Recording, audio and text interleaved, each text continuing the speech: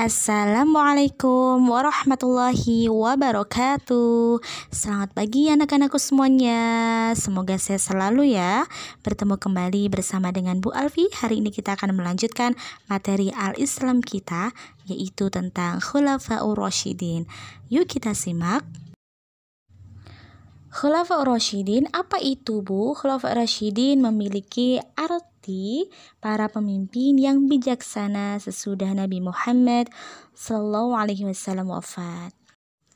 Jadi setelah Rasulullah wafat, yang memimpin umat muslim atau yang meneruskan dakwah Rasulullah itulah para Khulafaur Rasyidin, yang mana ada 4 Khulafaur Rasyidin yang menjadi khalifah umat muslim setelah Rasulullah wafat. Khalifah yang pertama yaitu Abu Bakar As-Siddiq. Gelar As-Siddiq yang diberikan kepada Abu Bakar ini terjadi karena beliau selalu menerima dan membenarkan apa yang disampaikan oleh Nabi dalam berbagai peristiwa, terutama di Isra Mi'raj. Abu Bakar menjabat sebagai khalifah selama 2 tahun lebih sedikit, dan programnya banyak dihabiskan untuk mengatasi permasalahan dalam negeri yang muncul akibat wafatnya Rasulullah. Kebijakan atau langkah ya selama kurang lebih 2 tahun lebih sedikit. Kebijakan Abu Bakar di sini yang pertama adalah menumpas nabi palsu, lalu kemudian memberantas kaum murtad yang waktu itu muslim namun keluar dari keislamannya.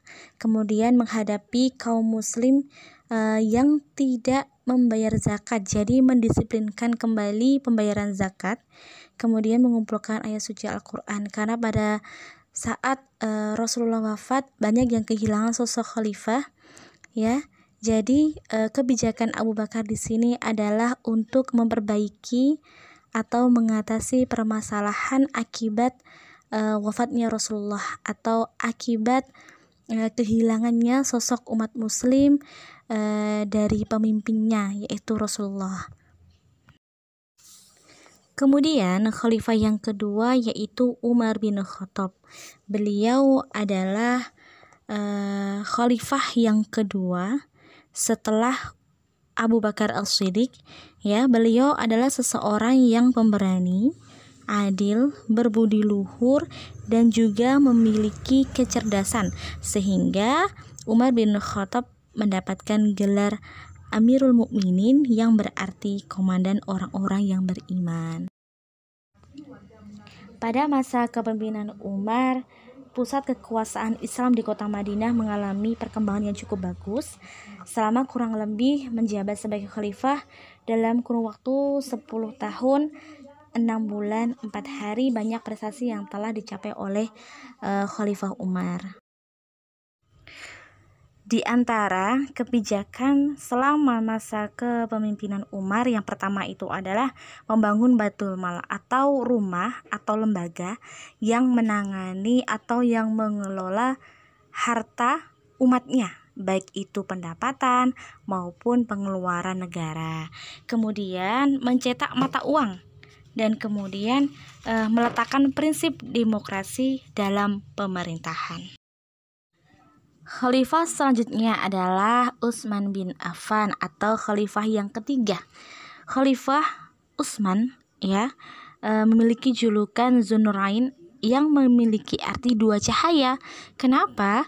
Karena menikahi 2 putri Nabi secara berurutan setelah istri yang pertama meninggal. Nah, Utsman itu menjabat selama kurang lebih 12 tahun. Prestasi yang telah dicapai Utsman bin Affan itu adalah penyusunan kitab suci Al-Quran. Jadi kitab suci Al-Quran yang kita baca hingga saat ini itu adalah bentuk prestasi ataupun kebijakan pada masa pemerintahan atau Khalifah Utsman bin Affan. Khalifah yang keempat yaitu Ali bin Abi Thalib atau khalifah keempat sekaligus menantu Rasulullah karena menikahi putri Rasulullah yaitu Fatimah Az-Zahra. Ali bin Abi Thalib merupakan pribadi yang penuh semangat. pahlawan yang gagah berani, penasehat yang bijaksana, seorang lawan yang dermawan dan merupakan penasehat hukum yang ulung. Khalifah Ali bin Abi Thalib juga mengajak para pengawalnya untuk hidup hemat, sederhana, zuhud, dan berbelas kasihan terhadap rakyatnya. Itulah beberapa sifat dari Khulafaur Rasyidin, yaitu para pemimpin setelah Rasulullah wafat. Di sini kita bisa mencontoh bahwasanya seorang pemimpin atau seorang khalifah itu harus memiliki ilmu yang luas, arif, bijaksana, berwibawa, dan memiliki sifat kasih sayang tinggi. Ya, semoga sifat-sifat yang dimiliki para Khulafaur Rasyidin, seorang pemimpin, semoga bisa kita contoh, kita teladani bersama.